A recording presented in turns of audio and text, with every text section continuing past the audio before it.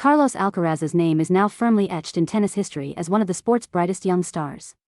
At just 22 years old, the Spanish sensation achieved a career milestone that only a handful of players before him have ever managed, completing the elusive career slam.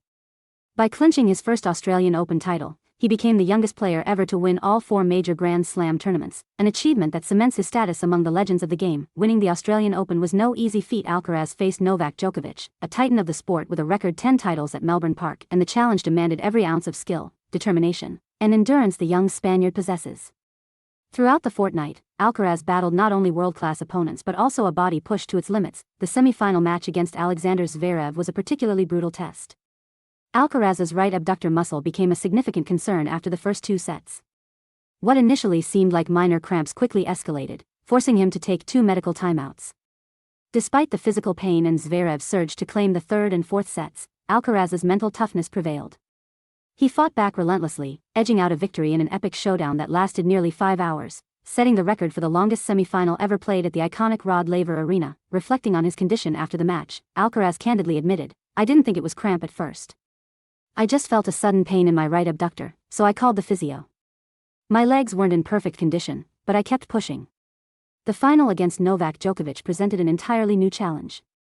Djokovic, chasing a historic 25th Grand Slam title, came out aggressively, taking the first set convincingly. But Alcaraz's resilience, sharp tactical play, and sheer willpower turned the tide. Over the next 3 sets, he dismantled Djokovic's game, ultimately securing a 4-set victory, 2-6, 6-2, 6-3, 7-5. When he fell to the court after the final point, it was a moment of profound relief and triumph, signaling the arrival of a new champion and the continuation of an emerging tennis dynasty. Following this historic victory, many expected Alcaraz to hit the court at the ATP 500 ABN AMRO Open in Rotterdam, where he is the defending champion. However, recognizing the toll the Australian Open took on his body, the young Spaniard made a strategic and mature decision to skip the tournament in favor of rest and recovery. The official statement from the Rotterdam Open read, "Carlos Alcaraz will not be defending his title this year." After a demanding Australian Open campaign, Carlos has decided to prioritize his recovery to ensure he returns to peak form in the coming months. "We wish him a speedy and healthy recovery." This decision highlights the evolving approach of modern athletes, who increasingly emphasize long-term health and career longevity over immediate competition. One of the most intriguing questions now facing Alcaraz and his fans is whether he can attempt to complete the calendar slam, winning all 4 Grand Slam titles in a single season.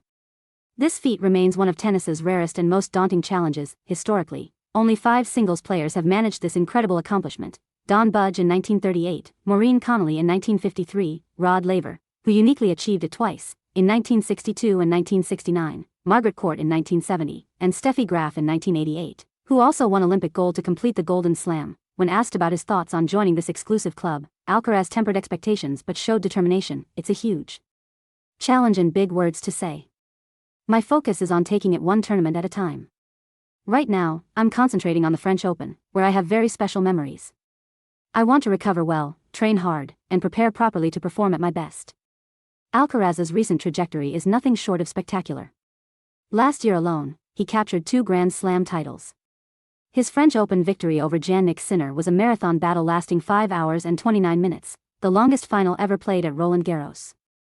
He then followed up by defeating Sinner again at the US Open, cementing his status as a multi-surface threat. Moreover, he boasts back-to-back Wimbledon titles from 2023 and 2024, both hard-fought wins over Novak Djokovic.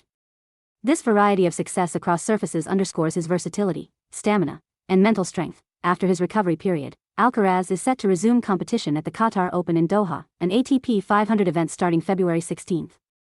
This tournament will mark his first official appearance of the season post-Australian Open. Fans and analysts alike will be watching closely to see if the young Spaniard returns fully refreshed and ready to challenge for more titles.